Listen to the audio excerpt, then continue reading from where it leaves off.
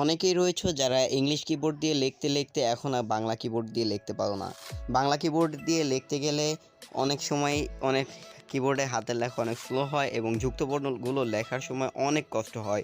So আজকে এই বিষয় নিয়ে আলোচনা করব কিভাবে বাংলা কিবোর্ড দিয়ে যুক্তবর্ণগুলো সহজেই লেখা যায়। পুরো ভিডিও জুড়ে থাকবো আমি HR।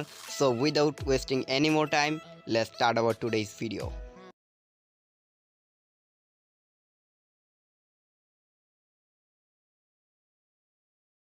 This video is sponsored by Nobigon's Money Exchange.